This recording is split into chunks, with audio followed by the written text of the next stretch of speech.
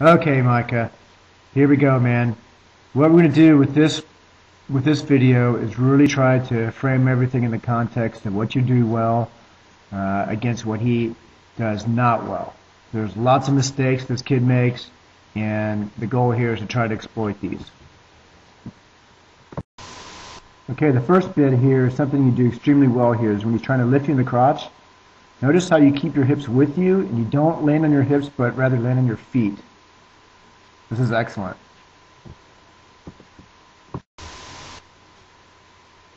Right here, you'll notice when he pulls you on top of himself, you're trying to get your hips on top, but right here, you've got to go ahead and roll through to your belly. He's got your hips dominated there. And you made the mistake of trying to turn into him, and it cost you some back points.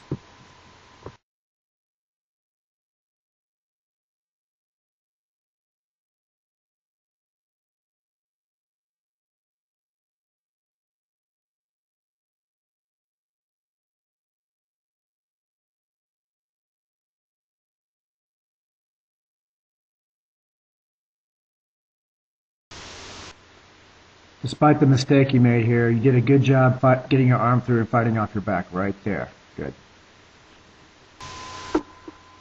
Again, right here, you notice he's loading up to try to lift you in the crotch and bring you over, and you have none of it. Good job keeping your hips with you.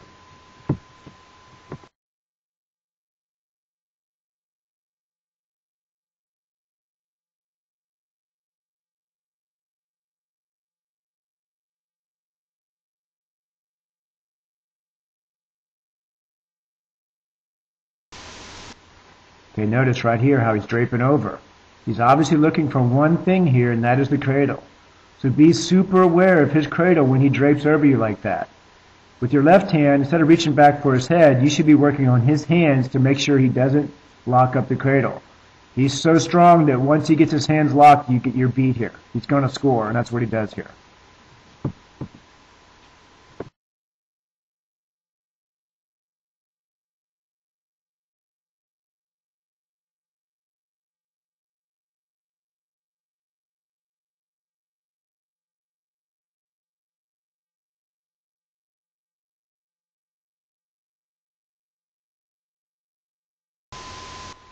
The best thing you can do here is just go to work on his hands.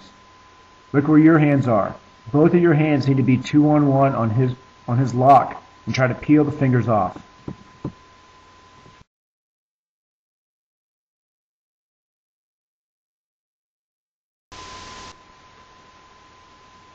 Again, the lesson here is no cradles, man. Don't let him even lock it up in the first place. Okay, at the beginning of the second period, I really liked what I saw.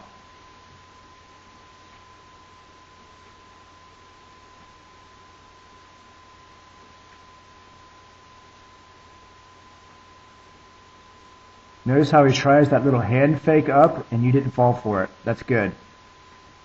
That's a schlocky setup. Don't let him hand fake up and then shoot off that. Good job defending that.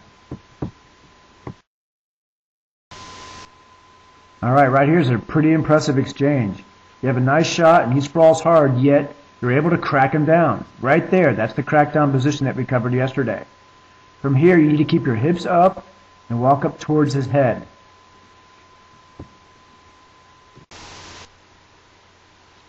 Alright, off the crackdown here. Right there, you're fishing for the head with the reverse half. That's a good instinct.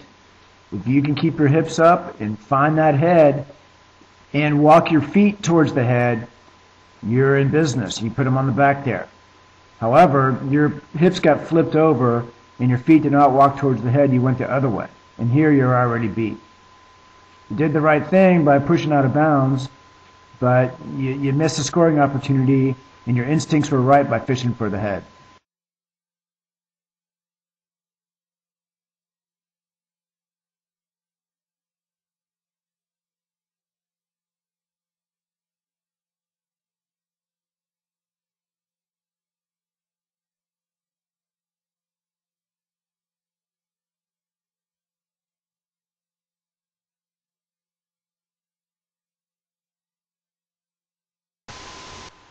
All right, right now you have a little downtime. Your coach is engaged with the ref.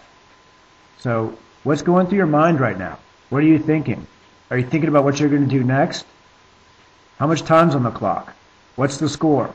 You need to get your game plan together and use this time to figure out where you are and what you want to do. The only reason why I bring this up is I noticed that never once did you look at the clock. It's okay to receive instruction, but again, be aware of the time that's on the clock in particular. All right, again, I'm encouraged by this next exchange. I think you can beat this guy on your feet. You have a good reaction to his shots, and he makes lots of mistakes that I think you can capitalize on. Look at that shot. He's way out when he takes it. Now, you reacted to it pretty well, but you didn't get your hips all the way back into the sprawl position. Now, right here, he makes a big mistake. He falls to his hip, and you have the opportunity to actually reverse half him and score 5 here or even pin him. This next second or two of this match was a big difference maker, and I think if you can catch this guy extended like this and he makes the same mistake of rolling across his own hip and exposing his back, you can reverse half him and win the match. All right here, you're so close. I'm going to zoom in. Look at your left arm. You get your left arm around his head quickly and suck him back before he squares his hip. You have him.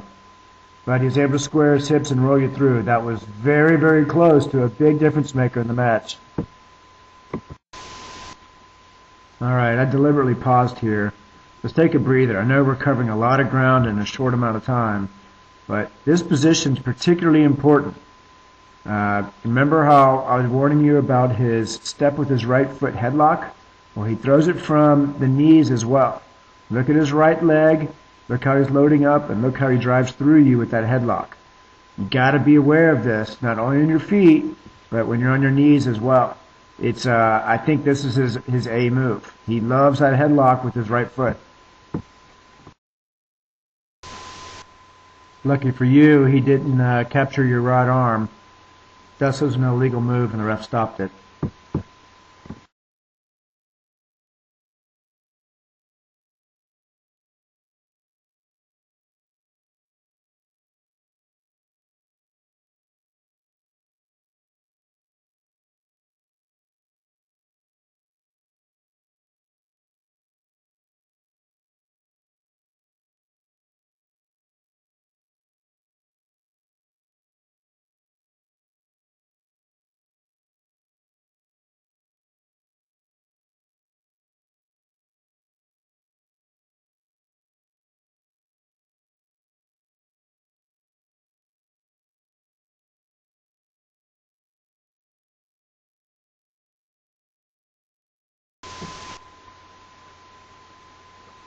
Somehow, the ref awarded him the takedown, even though he shouldn't have, since it was an illegal move. You were correct in your thinking. You should have been on your feet there. Neither here nor there. You're lucky that the headlock didn't cost you more than the 2 points.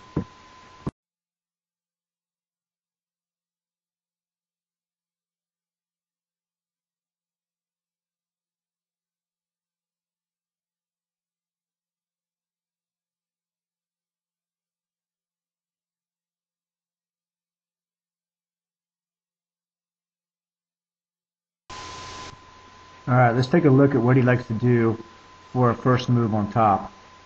He definitely likes a tight waist with his left arm. Kind of funky because he wraps your leg too. It's very deep. But know that tight waist is coming on the left side, and then he'll start to drape. You do an excellent job off of that drape. And right there, you're in a position where you can throw the half and again stick him.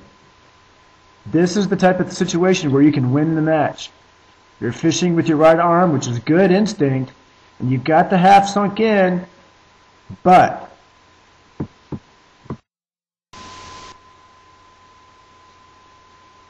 alright, let's break this down. I mean, look, right there, you've got him. You've got him dead for rights. All you got to do is just stay right there and squeeze the life out of him. What happens if you keep him there for 20, 30, 45 seconds? Keep your feet wide, keep your head up, get your pressure down, stay perpendicular, suck the life out of him, then work up for the pin. Your instincts are good here to try to capture his arm and pin him, But first things first, suck the life out of them first.